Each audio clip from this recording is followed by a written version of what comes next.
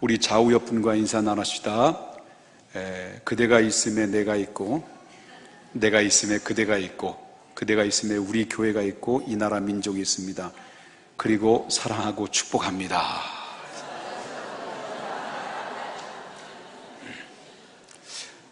이상하게 짧으네요. 저는 전도서의 12번째 이어지는 말씀을 계속해서 오늘 본문의 말씀을 통해서 증거하려고 합니다. 한때 베스트셀러였던 목적을 이끄는 삶이라고 하는 저자인 릭 웨렌 목사님이라는 분이 있습니다. 그 릭 웨렌 목사님이 이런 이야기를 했어요. 위대한 인생을 살기를 원하는가? 그러면 간단하다. 그 방법은 간단한데 그 비결은 위대한 것에 헌신하는 데 투자하라. 만약에 당신이 그 위대한 것에 헌신하지 않으면 결국은 시시한 것에 헌신하게 된다라는 말을 했습니다. 자, 인간은 누구나 바로 누구나 할 것 없이 헌신하는 데 살아가게 되어 있습니다. 그리고 그 헌신을 하는 데 있어서 목적을 위해서 헌신을 하게 되고 거기에 목적을 위해서 분명히 헌신을 하게 되면 그 안에 나름대로 성취감도 느끼게 되고 그 안에 행복감도 느끼게 된다라고 하는 것입니다. 어떤 사람이 밤새도록 일을 했어요. 밤새도록 일을 했는데 이곳저곳 돌아다니면서 아주 밤잠 못 자고 아주 열심히 일을 했습니다. 그 일은 남의 집에 가서 도둑질하는 일이었습니다. 그러면 밤새도록 돌아다니면서 남의 집에 도둑질하는데 헌신을 한다고 한다면 그 도둑놈은 어떤 놈입니까? 도둑놈이죠. 어떤 사람은 밤새도록 나라를 위해서 헌신을 합니다. 이 사람은 어떤 사람일까요? 나라를 위해서 헌신하고 밤을 자지 못한 이 헌신자는 누구라고 말하냐면 애국자라고 얘기를 하죠. 뭘 말하냐면 이 객관적으로 볼 때는 똑같은 일이지만은 그 일이, 그 내용이, 목적이 무엇이냐, 어디에 있느냐에 따라서 그 가치는 다르게 된다라고 하는 것입니다. 그러므로 면밀히 말하자면 일 자체가 중요한 것이 아니라 어디에 소속되어 있느냐, 그리고 내가 누구를 위해서 일을 하느냐가 더 중요하다. 그런 의미입니다. 그렇기 때문에 우리의 가치가 있는 일을 찾고 사람들 그 가치를 위해서 사람을 만나게 되고 그리고 가치에 사람들을 헌신하는 데 그 인생을 투자해서 거기에 나름대로 만족감을 느끼게 되는 것이다라고 보릅니다. 저와 여러분이 지금 어디에 와 있습니까? 교회에 와 있죠? 어디에 있습니까? 여러분 지금 어디에 앉아 있을까요? 의자에 앉아 있죠, 뭐. 그죠? 여러분 교회에 오셨습니다. 그죠? 지금 여기 교회잖아요. 교회인데. 자, 교회 와서 지금 뭐 하고 있는 거죠? 예배를 드리고 있는. 예배를 보는 겁니까? 드리는 겁니까? 예배는 누가 보실까요? 하나님이 보십니다. 그죠? 우리는 예배를 드립니다. 근데 예배를 보시는 분은 하나님이에요. 그럼 예배라고 하는 게 뭘까? 지금 우리가 드리는 예배가 뭘까요? 우리가 예배 드리는 예배가요, 우리가 볼 때는 가볍게 볼 수 있었는지 모르지만 그 예배는, 성경에 말하는 예배는 너무너무 중요한 거예요. 우리가 드려지는 이 순간의 예배는 너무너무 중요한 이유가 뭐예요? 높고 높은 보좌에 계신 하나님과 낮고 낮은 이 땅에 있는 인간이 이 예배라고 하는 것을 통해서 만남의 장소예요. 교통하는 장소예요. 그렇기 때문에 예배는 하나님을 만나는 장소예요. 예배는 하나님을 만나는 시간이에요. 그렇기 때문에 저와 여러분이 하나님은 영이시니 예배하는 자가 영과 진리로 예배할지니라. 그리고 뭐라고 말했습니까? 하나님이 이와 같이 예배하는 자를 찾으신다고 그랬습니다. 이 찾으심의 주인공이 누구냐? 바로 여러분이라고 하는 거예요. 그래서 찾으셔서 어떻게 하겠다는 거예요? 내가 너와 항상 동행하는 동반자가 되어서 내가 어디를 가든지 지키시고 살피시고 인도해 주시고 영과 혼과 육체가 기쁘고 즐겁고 안전하게 거할 수 있도록 하나님께서 허락하시겠다라고 하는 것이 시편 16편에 나오는 말씀이에요.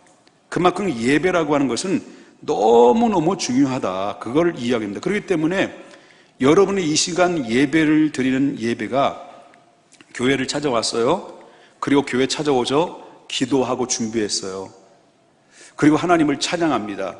그리고 하나님의 말씀을 듣고 여러분 그 말씀 속에 은혜를 받아요. 다 은혜 받는 건 아니겠지만 그러나 하나님의 은혜를 받아요. 은혜를 받으면 그리고 나서 여러분이 은혜 받고 헌신을 하게 돼요. 그렇게 된다면 그것은 하나님이 원하시는 목적 있는 삶이 되는 거예요. 하나님이 원하시는 목적, 내 원하는 목적이 아니라 하나님이 원하시는 목적의 삶이 되고 그것이 거룩한 삶으로 나가는 방향의 탐지기라는 거죠.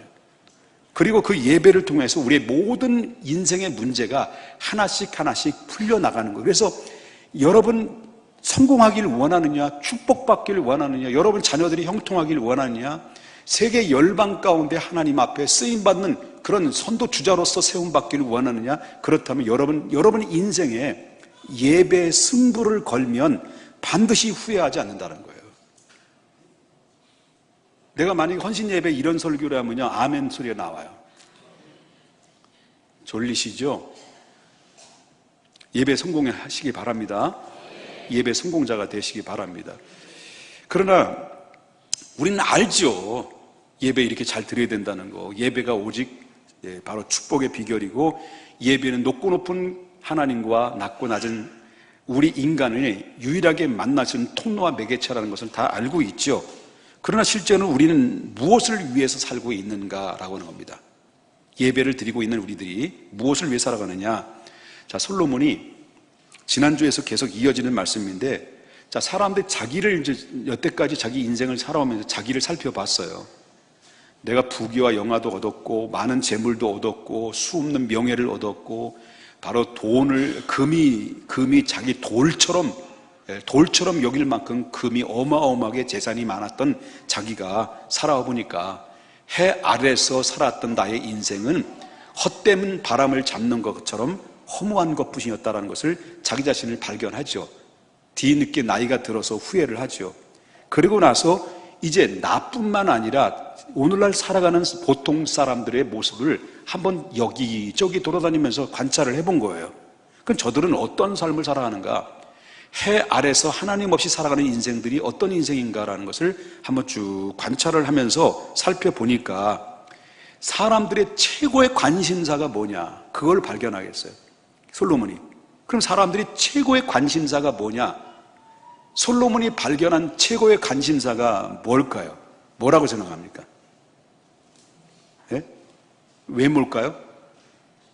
자, 솔로몬이 여기저기 살피면서 살펴봤던 사람들이 관심의 최고의 관심사가 뭐냐 그럴 때 그게 바로 돈이라는 거. 돈도로론 돈. 돈이었다는 거예요. 여러분 돈 좋지요? 솔직히 얘기해봐요. 돈 좋아요, 안 좋아요? 저한테 물어보세요. 좋지요. 돈 싫어하는 사람 어디 있겠습니까? 최고의 관심사가 사람들이 돈이라는 거예요. 사람들은 돈에 대한 굉장히 민감해요. 엄청나게 민감해요. 사람들마다. 그래서 사람 말합니다. 인생이 돈이 전부가 아니다. 뻥치지 말라고 그러세요. 인생의 돈이 전부가 아니다라고 이렇게 이야기를 하지만 속으로는 바로 뭡니까? 그래도 돈처럼 중요한 게 없이 돈이 최고죠. 이렇게 말해요. 그렇게 얘기해요. 이 세상에 돈만 있으면요, 이 세상은 못할 것이 없는 거예요. 돈만 있으면 인권도 유린될 수 있고요. 돈만 있으면 사실인데도 불구하고 그 사실이 아닌 걸로 얼마든지 바꿀 수가 있고요. 돈만 있으면 무죄를 유죄로 바꿀 수 있고 유죄를 무죄로 바꿀 수 있어요. 이게 오늘날 보편적인 일이 벌어지고 있다는 것을 우리가 보게 된다라고 하는 것입니다. 그래서 그런데 여기 우리가 꼭 기억해야 될 것은 인간이 살아가는 보편적인 현상인데, 그래서 사람들은 뭘 찾습니까? 돈. 그냥 돈. 돈도론 돈. 오직 돈이에요. 이게 바로 목적입니다. 최고의 관심사입니다. 오늘날 이 솔로몬이 바라봤던 인생의 관심사가 바로 물질, 그 돈이었다는 것을 이야기합니다. 여러분, 제임스 패터스라고 하는 사람이 이런 이야기를 합니다. 돈을 벌기 위해서 얼마만큼 희생할 각오가 되어 있느냐라는 설문조사를 이 제임스 패터스라는 사람이 설문조사를 해봤어요. 그런데 놀랍고 깜짝 놀란 것은 바로 뭐냐면, 만약에 당신이 100억이 있다면, 바로 1000만 불이 있다고 한다면, 다시 우리나라 돈으로 환산한다면 만약에 100억이 있다면, 당신이 100억을 벌 수만 있다면 어떤 각오도 희생할 각오 있느냐 할 때, 그 중에 응답자 30%가 내가 100억을 얻을 수만 있다고 한다면 자기 몸을 팔아서 매춘부가 돼도 상관없다, 이렇게 대답했다는 거예요. 그 다음에 두 번째는 20%가 내 손에 100억 불, 100억만 손에 쥘 수만 있다고 한다면 나는 얼마든지 가정을 버릴 수도 있다. 그 다음에 세 번째 7%가 내가 내 손에 100억만 줄 수만 있다면, 손에 쥐어줄 수만 있다면 나는 사람을 죽일 수도 있다. 죽일 수도 있다. 그 대답이 나왔다는 거예요. 무엇을 말합니까? 이거는요, 내가 돈을 벌 수만 있다면 무슨 짓도 가리지 않겠다. 내가 돈을 벌 수만 있다면 나는 어떻게 해도 상관없다. 100억이 들어오는데, 이거예요. 그렇게 사람들의 심리적 가운데는 무슨 짓도 할 수 있다라는, 이게 바로 뭐냐면 사람의 밑바닥 심리라고 볼 수가 있다라고 하는 것입니다. 그렇다면 우리 믿는 사람들은 어떨까요? 여러분 가까이 계신 여러분들은 과연 어떨까요? 이 돈에 대해서 어떻게 생각합니까? 오늘 돈이라는 주제에 대해서 말씀을 드리고 있는데요, 돈에 대해서 어떻게 생각합니까? 여러분 돈에 대해서 자유롭습니까? 여러분, 다시 말한다면 우리가 보면 우리 믿는 그리스도인들은 돈에 대한 개념이 보편적으로 세 가지 중에서 하나라고 볼 수 있어요. 첫 번째는요, 이분법 사고방식인데, 이게 뭘 말하냐면 돈 네 꼬로 하나님의 축복이라고 생각하는 거예요. 다시 말한다면 내가 부자가 되는 것은 하나님의 축복이고, 내가 부자가 되지 않는, 가난하게 되는 것은 하나님의 심판 때문이라고 생각하는 경우들이 많이 있다는 거예요. 그래서 모든 물질을 달라고 하나님 앞에 기도를 하죠. 하나님, 물질에 축복을 주시옵소서. 축복을 주시옵소서. 여러분, 물질 달라고, 돈 달라고 기도하는 건 나쁜 건가요? 좋은 건가요? 나쁜 게 아니에요. 하나님은 물질을 구하는 자에게 주신다라고 약속을 했어요. 이건 하나님의 약속이기 때문에 잘못된 것은 절대로 아닙니다. 아닌데, 그런데 문제는 바로 뭐냐면, 모든 축복이 돈에 집중된다고 한다면 그것은 잘못된 것이다라고 하는 것입니다. 그래서 돈이 있는 사람은 의인이 되고 돈이 없는 가난한 사람들은 죄인인 것처럼, 그렇게 되게 되면 천박한 기복적인 신앙이 될 수밖에 없던 거예요. 그래서 옛날에는 70년대, 80년대 가난했잖아요. 그러면 막 교회에서도요, 무슨 설교를 많이 들었어요. 여러분께서 내 영혼이 잘된 같이 범사가 잘되기를 주 여러분을 축복합니다. 삼박자 축복이 여러분과 함께 하시기를 바랍니다. 할렐루야. 그런단 말이에요. 그러면요, 아멘, 하나님의 축복하시기를 바랍니다. 할렐루야 하면 막 엄청나게 축복이 막 오는 걸로 쏟아진다는 거죠. 그 잘못된 게 아니에요. 그건 잘못된 거 아닌데, 그런데 이 돈이, 물질이 축복의 전부라고 생각하는, 이게 바로 뭐냐면 값싼 기복적인 신앙, 그리고 천박한 기복적인 신앙이 오늘날 사람들을 사로잡은, 이게 아닌 거예요. 그건 돈이 전부가 아니에요. 이해되셨습니까?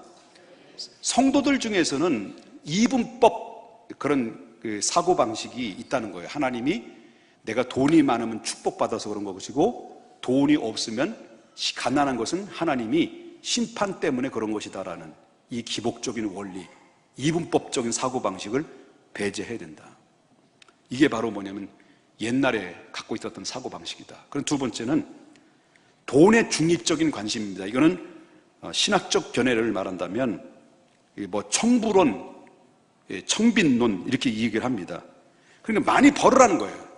많이 벌어서 하나님 앞에 11조를 드리고 그 헌금을 드려라. 그 다음 배터는 부담 없이 마음껏 누려라. 왜냐하면 이 모든 것들은 하나님이 주신 것이기 때문에 그렇다. 라고 주장합니다. 틀린 것은 아니죠. 틀린 얘기는 아닙니다. 그런데 여기에는 순진한 견해를 볼 수가 있다는 건데, 그렇다면 예수님의 견해는 뭘까요? 예수님은 돈을 무엇으로 봤을까? 그걸 한번 생각해 보자는 거예요. 예수님 돈을 뭘로 봤을까요? 예수님은요, 돈에 대해서는 강력한 힘이 있다고 보셨습니다. 돈은 강력한 힘이 있다. 그 돈 자체는 힘이 없어요. 돈 자체는 힘이 없는데 사람이 그 돈을 어떻게 보느냐, 어떻게 만지느냐에 따라서 돈의 힘이 작용된다. 그렇게 얘기하시는 거예요. 돈은 사람을 끌어당기는 힘이 있어요. 돈은 사람을 미치고 환장하게 만드는 힘이 있어요. 돈은 그 사람의 인격도 무너뜨릴 수 있고요. 그 사람의 모든 영적인 부분까지도 사람이 깊숙이 들어가서 그 영적인 부분을 피폐하게 만들고 초토하게 만들어요. 이 돈의 힘인 것입니다. 그래서 예수님께서 그것을 너무나도 잘 알고 있었기 때문에 사람들의 밑바닥 심리는, 바닥 심리는 오직 물질이 축복이라는 것을 생각해 가지고 있었기 때문에 결국 그들의 물질이 신이 되어버렸습니다. 그래서 예수님께서 당신을 따르고자 하는 제자들에게 뭐라고 이야기하셨냐면, 하나님과 재물을 겸하여 섬길 수 없다, 그렇게 얘기했습니다. 그만큼 잘못하게 되면 돈은 마치 하나님처럼 그 사람을 지배할 수 있는 힘이 작용된다, 그런 이야기입니다. 사탄은요, 아주 교묘하게 돈을 이용해서 인간을 지배하고 인간을 말아먹습니다. 그래서 돈이 된다면 매춘부도 되겠다는 거예요. 돈이 된다면 나는 집도 가정도 일가 친척도 다 버릴 수 있는 용의가 있다는 거예요. 돈만 있으면 된다는 거예요. 그래서 돈. 그리고 돈만 있으면 바로 뭐냐면 사람을 결국 죽일 수도 있다는 겁니다. 그만큼 돈이라는 게 사람을 그렇게 움직이는 힘이 있다는 거예요. 돈. 여러분, 돈이 없을 때는 사람이 아주 겸손해요. 풀이 푹 죽어 있어요.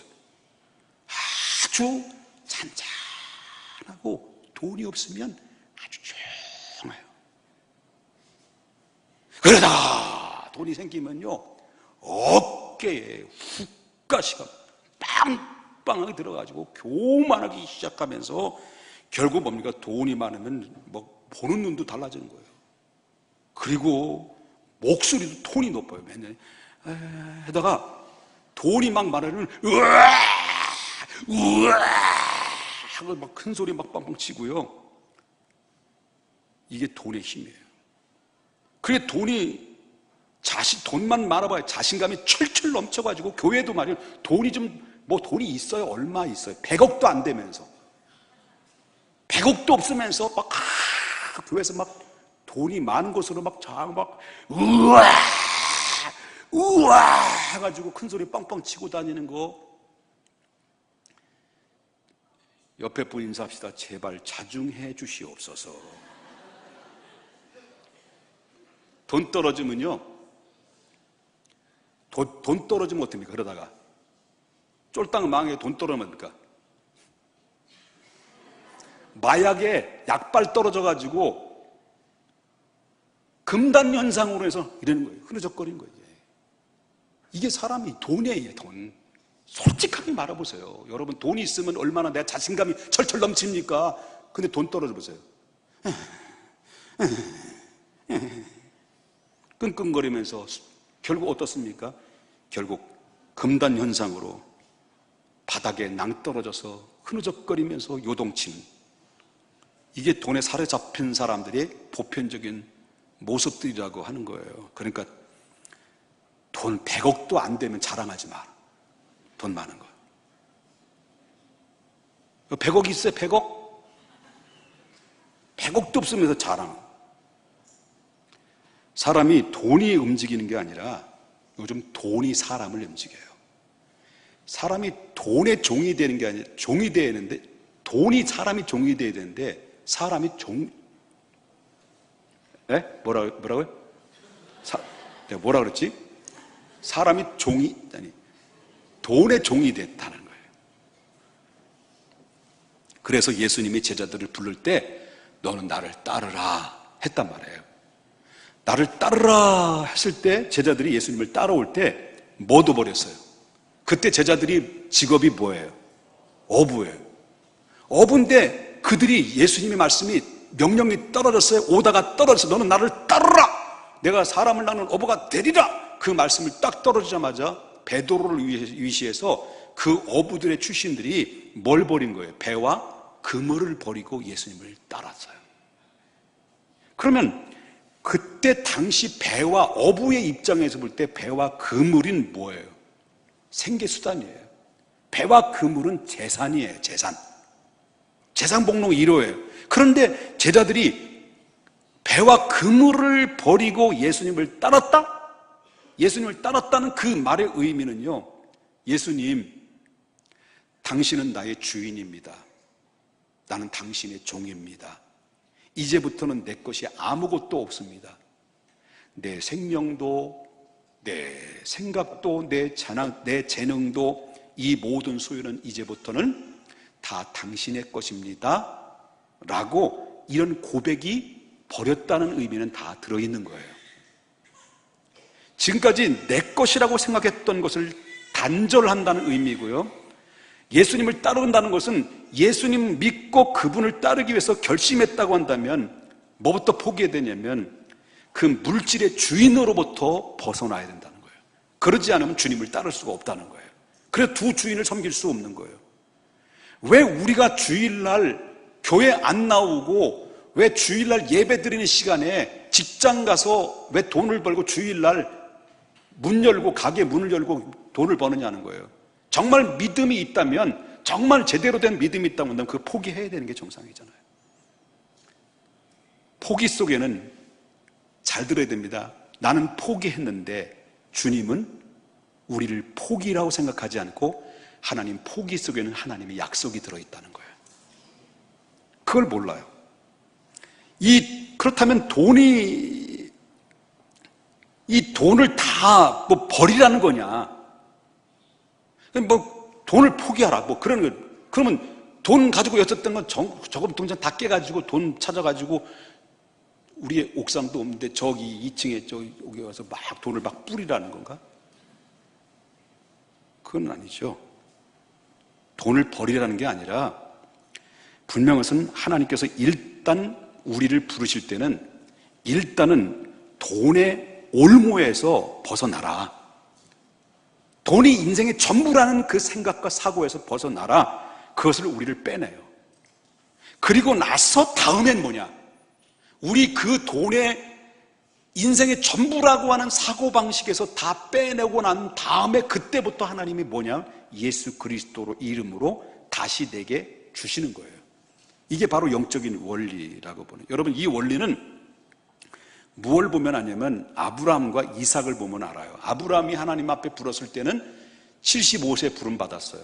그때 아들이 자녀가 없었어요.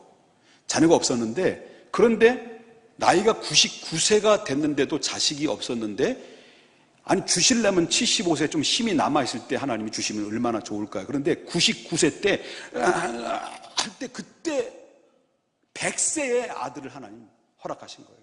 100세의 아브라함이 아들을 낳았어요. 아브라함의 남자지 참. 아브라함의 부인이 누구죠? 사라예요. 사라가 90세의 아들을 낳은 거예요. 그러니까 아브라함이 100세의 아들을 낳았죠. 이건 누가 주신 선물이에요? 하나님의 약속으로 주신 선물이거든요. 그런데 이 100세의 아들을 기적적으로 얻었으니, 여러분, 아브라함이 볼 때 이삭을 보면 푹 빠지게 생겼어요? 안 빠지게 생겼어요? 푹 빠져요. 제가 나이가 40이 돼서 늦둥이를 낳잖아. 늦둥이. 나보다 더한 분이 있을 때, 여기 계신 분들이 늦둥이를 낳았어요. 지금 20살 됐거든요. 그 미국에 갔는데 나한테 카톡으로 영상으로 오는데 나부터 할로 그러더라고. 그래서 나 할렐루야 그랬죠.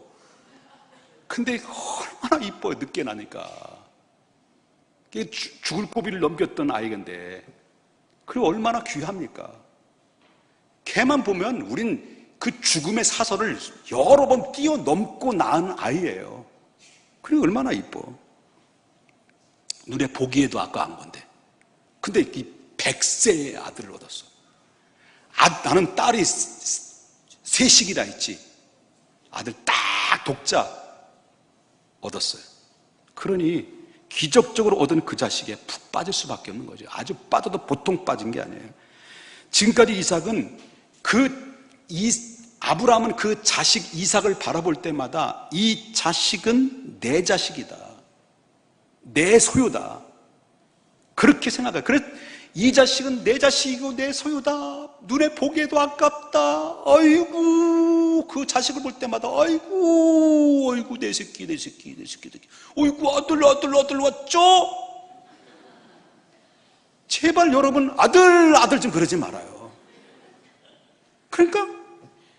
그런데요, 그렇게 눈에 보기에도 아까운 그 아들 이삭을 내 새끼, 내 자녀, 푹 빠질 때 빠져있는 그 자식이 마치 우상이 되어버린 이 아브라함에게 어느 날 청천벽력 같은 소리가 들려와요.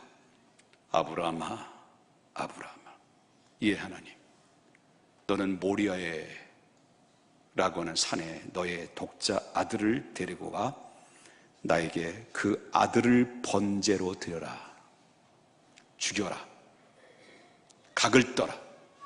제단 위에 올려놓고 태워서 번제로 드리라는 거예요.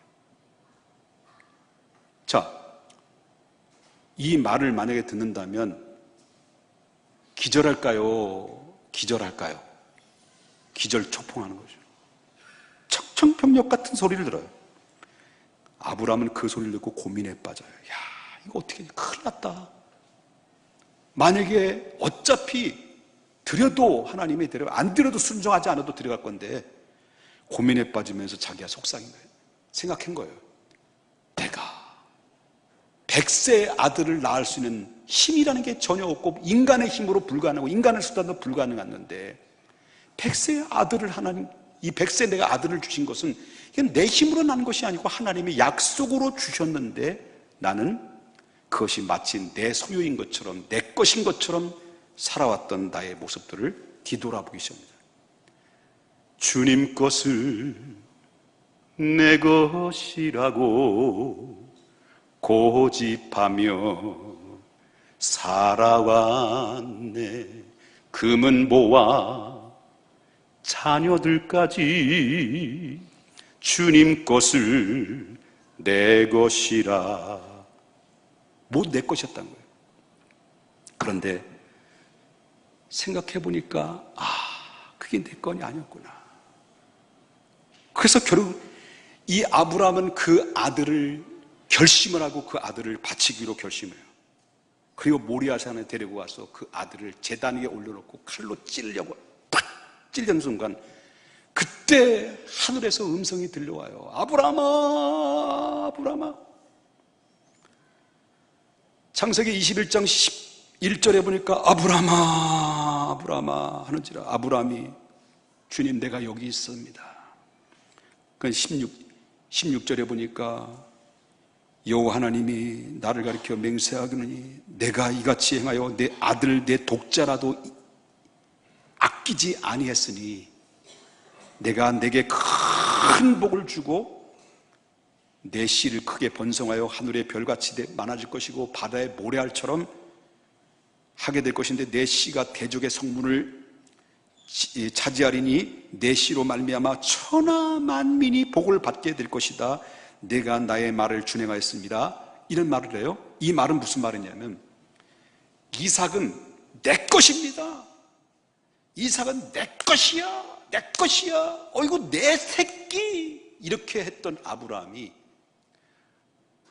이것이 하나님의 선물이었던 걸 내가 잊어버렸구나. 하나님이 주시었던 것을 잊어버렸구나.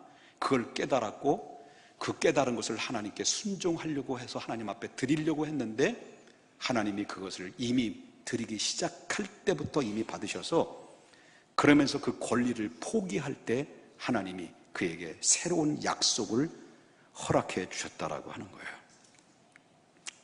무슨 말이에요? 이 말은 무슨 말입니까? 아브라함이 이삭을 데리고 올라갈 때까지는 누구의 아들이었어요? 누구의 아들이었다는 거예요? 아브라함의 아들이었다는 거예요. 근데 아브라함을 다시 데리고 왔을 때 그 이삭은 누구라는 거예요? 이제부터는 아브라함의 아들이 아니라 누구의 아들이에요? 하나님이 새로 허락하신 약속의 아들이다, 그런 얘기예요. 이 말은 무슨 말이냐면 지금까지 모든 돈은, 모든 재물은 내 것이다라는 것을, 권리를 포기할 때, 내 것에 대한 권리를 포기할 때 하나님께서는 새로운 약속으로 주어지는 축복이, 그 돈이 바뀌어지는 건 아닌데 그 마음에 그 돈이 내 것이 아니다라고 하고, 이 돈이 내 소유가 아니다라는 그 생각을 바꾸는 순간 그 돈은 바로 하나님의 약속과 축복의 돈으로 바뀌어지는 거예요. 이해되셨나? 이해되신 거예요? 그게 권리가 폭이 없는 돈은 어느새 그 돈은 섬김의 대상이 되는 거고요. 결국 그 돈은 우상이 되어버려요. 그래서 쉽게 말한다면 내가 돈의 우상이었던 것을 포기하라, 내려놔라, 권리를 포기하라. 그러면 하나님이 권리를 포기한 그를 보시고 새로운 약속으로, 하나님의 축복으로 다시 허락하신다라고 하는 그 하나님의 축복이 보장되어 있다, 그런 얘기를 하는 거예요. 그런데 이 관심이, 우리가 이런 권리가 포기가 없다고 한다면 어떤 일이 벌어질까요? 아직까지 돈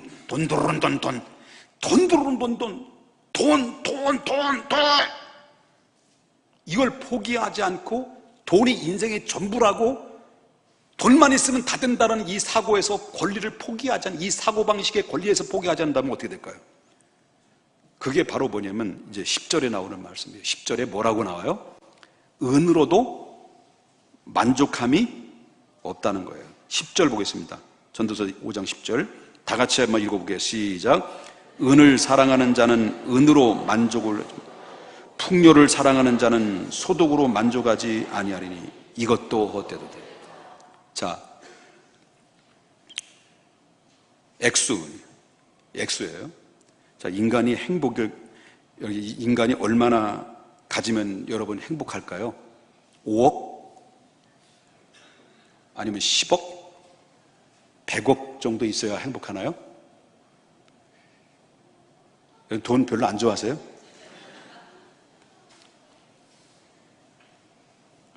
자, 5억 생겼단 말이에요. 100억 생겼어요. 나도 좀 기도하고 있어요. 하나님 내게 좀 돈 좀 달라고. 그래서 그 원하는 만큼 가졌다는 거예요. 100억도 가지고 50억도 가지고 그렇다는 거예요. 정말 내가 원하는 만큼 돈을 가졌는데 그 가진 돈으로 인하여 나는 과연 행복해질 수 있을까? 라고 하는 거예요. 행복해질 수 있습니까? 내가 원하는 만큼 돈 가졌으면 행복해질까요? 그렇죠. 행복하죠. 그런데 가져보세요. 여러분, 그 돈을 안 가져보셔서 모르죠? 5억 있어, 5억? 10억 있어? 없죠? 그러면 안 가지면 말을 하지 말아야 돼. 그 돈으로 행복하냐네요, 돈으로. 돈 때문에 행복하냐. 돈 들어오는 돈. 그럴 수 없다는 거예요. 왜냐하면 많이 벌면 벌수록 뭐가 생깁니까? 욕심이 생겨요. 욕심. 만족할 줄 아는 마음이 있어야 되는데, 만족할 줄 아는 마음이 있어야 만족하는 것이지 물질 자체로서는 그 사람을 만족을 줄 수가 없다는 그런 이야기를 하고 있는 거예요. 권리를 포기하자는 두 번째는요, 11절 보십니다. 더 버는 데 집중해요. 재산이 많아지면 먹는 자들도 많아지고 돈이 많이 생기면 돈 냄새 맡은 사람들이 나한테 찾아올까 안 찾아올까요? 찾아와요. 빌려다는 사람 많고 그래요. 소유주들은 눈으로 보는 것에 외에는 무엇이 유익이나 소유의 한계에 대한 말씀이에요. 더 많이 벌면 벌수록 내 것이 더 많아지겠지라고 생각하지만 그걸 많이 벌면 벌수록 그만큼 쓸 일도 많아지고요. 냄새 맡고 찾아오는 사람이 어마어마하게 많아요. 그래서 결국은 내 것은 없고 그냥 마냥 그냥 바라만 보고 있는 거예요. 그저 바라만 보고 있지. 그저 속만 태우고 있지. 여러분, 내 이름으로 된 큰 빌딩을 가졌다 합시다. 내 이름으로 된 수십억의 통장이 18개, 1억짜리, 아니 10억짜리 18개 쫙 있다고 합시다. 그걸 통해서 큰 빌딩을 바라보고 통장을 바라보면서 그러면서 내 이름으로 되어 있는 것, 재미있는 것 이외에는 아무것도 가질 수 없는 거예요. 오히려 더 피곤한 거예요. 그래서 배가 불러서 못 자고 불안해서 못 자고, 이게 바로 돈이 최고라고 하는 사람들이 보편적인 생각이다는 거죠. 그런데 돈이 최고가 아니고 지극히 하나님이 내게 주신 소유로 감사하고 만족하게 살아가는 사람들은 전도서 5장 12절에 보니까 노동자는 먹는 것으로 많든지 적든지 잠을 쓰게 잔다는 거예요, 달게 잔다는 거예요. 달게 자거니와 부자는요, 부유함 때문에 잠을 못 잔다는 거예요. 이게 바로 물질에 사로잡힌 사람들의 모습이다. 세 번째, 권리 포기가 없다면 열심히 모으는 데만 민감한 거예요. 그래서 사람들은 열심히 저축을 해요. 저축. 돈이 생기는 대로 막 저축을 해요. 아끼고 또 아끼고 더 아끼게 하소서 하면서 막 아껴가지고. 그리고 13절에 뭐랍니까? 해 아래서 큰 패단이 되는 일이 있는 것을 보았느니 곧 소유주가 재물을 자기에게 해가 되도록 소유한다는 거예요. 자기는 지금 망가져도 상관없어요.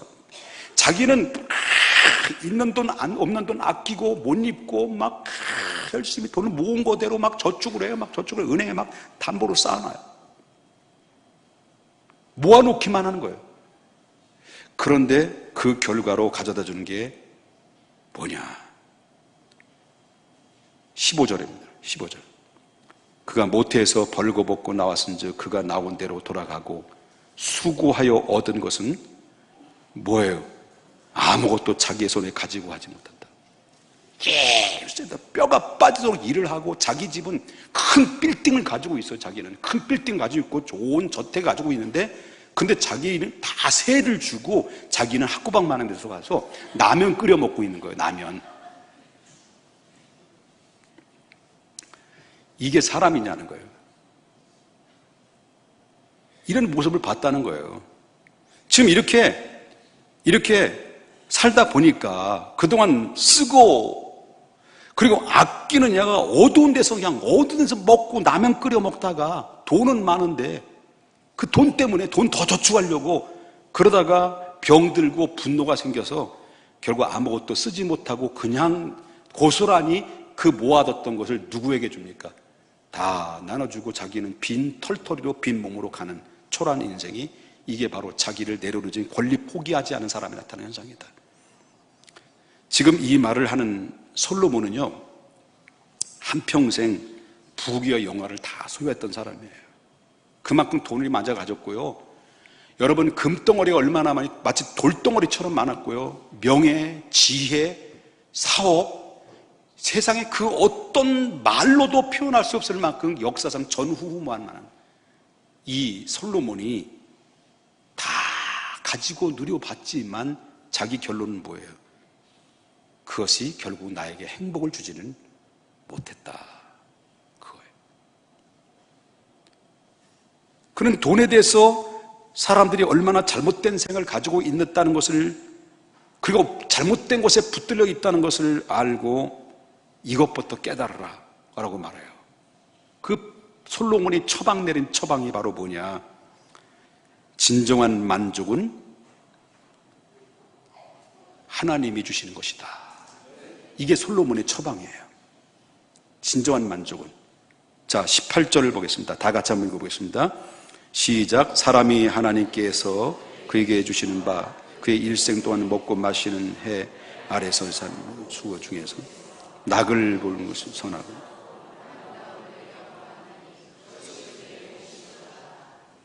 얼마나 이 모든 것이 누구 안에서요?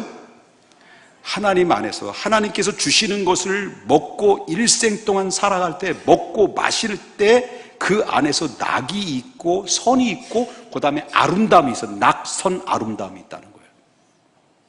그 일 자체를 즐기라고 하는 거예요. 그리고 열심히 일을 하고 열심히 일을 하다 보면 하나님께서 내게 필요한 것을 공급해 주신다라고 하는 거예요. 또한 누리는 복이 받게 된다. 누리는 복. 자, 이제 그렇게 되면 주인에서 내려놔요. 권리를 포기해요. 그리고 모든 것이 다 주님이 주신 선물이라는 것을 주님이 그 모든 그 진정한 만족은 하나님께 있다는 것을 믿고 살아가다 보면 그 하나님께서 우리에게 뭘 주시냐면 누리는 축복을 주신다. 누리는 축복. 19절 보겠습니다. 또한 어떤 사람에게든지 하나님이 재물과 부요를 그에게 주사. 예? 누가 주셨다는 거예요? 하나님 주사. 하나님 주셨어요. 예.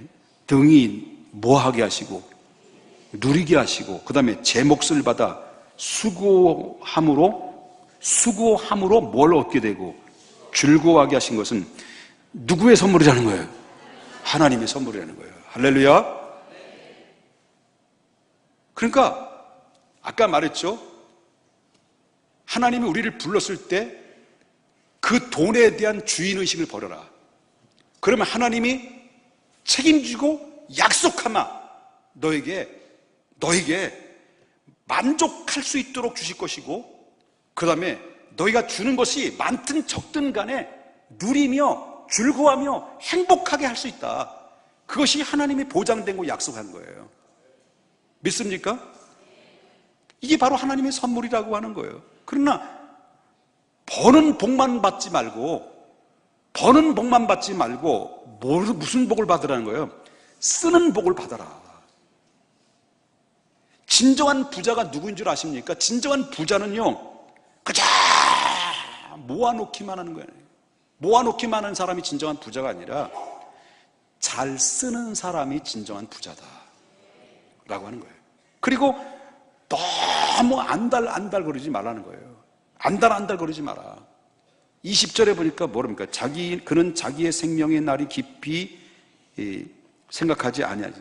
이는 하나님이 그의 마음에 기뻐하는 것으로 응답하시리라. 얼마나 모았을까? 조금만 더 있으면 좋겠는데 어머머머머머 손해봤네. 그럴 필요 없다는 거예요. 둘둘 털어버리라. 하나님 또 주시겠지 뭐. 하나님 또 허락해 주겠지 뭐. 이렇게 하나님께서 이런 마음으로 안달거리지 말고 때를 따라서 기다리다 보면 하나님께서 우리에게 모든 것을 주신다. 이 말씀 드리고 마칠게요. 다른 거 다 잊어버려도 이 말씀 잊어버리지 마세요. 다 졸았잖아요. 엉뚱한 생각에 빠졌잖아요. 근데 이 말씀 잊어버리지 마세요. 하나님 안에 돈이 없고요. 하나님 안에 돈이 있고 돈 안에 하나님이 없어요. 이거 잊어버리지 말아요. 하나님 안에 뭐 있고요? 돈이 있고 돈 안에 뭐가 없어요? 하나님이 없어요. 이거 잊어버리고 살면요 행복하지 못해요. 내가 하나님만 붙들고 살면 모든 것이 누구의 소유예요? 주님이 말합니다. 하나님이 직접 말씀하시기를 학개서 2장 8절에 은도 내 것이요 금도 내 것이라 나 만군의 여호와의 말이니라. 다시 말한다고 한다면 아무리 지지고 볶고 안달거리고 몸부림쳐도 복은 내 힘으로 되는 게 아니라 은도 내 것이고 금도 내 것이고 생사 화복 부귀 영화의 모든 절대권자의 주권자는 결정권자는 살아계신 하나님 한 분밖에 없기 때문에 하나님 안에 돈이 있고 돈 안에 하나님이 없다는 것을 알고 인정하면 하나님 붙들면 다 붙드는 거예요. 하나님 붙잡으면 다 붙잡는 거예요. 하나님 소유하면 다 소유하는 거예요. 여기에 원리 있고 영적인 원리가 있는데 많은 사람들이 하나님을 해 아래 땅만 바라보고 살다 보니 돈은 얻으면 뭐합니까? 재벌되면 뭐합니까? 재벌 2세들을 보십시오. 땅 나가 떨어지고 땅 나가로 떨어져요. 결국 뭡니까? 마약하고 못된 짓 하다가 인생 말종으로 살다가 낭떠러서 죽고 자살하고 이런 모습들을 볼 때 진정한 소유가 행복에 중요하는 거예요. 그게 아니라는 거예요. 하나님만 소유하면 돼요. 하나님 권리 포기하고 하나님 나의 주인으로, 여러분의 가족의 주인으로 삼으면 내 모든 것들은 사라지고 새로운 세계가, 새로운 하나님의 역사로 나를 채워주시는 그 은혜를, 그것을 받고 살 때 행복하다는 거예요. 그것을 받고 살 때 진정한 자유가 있다는 것을 여러분 믿으셔야 될 줄 믿습니다.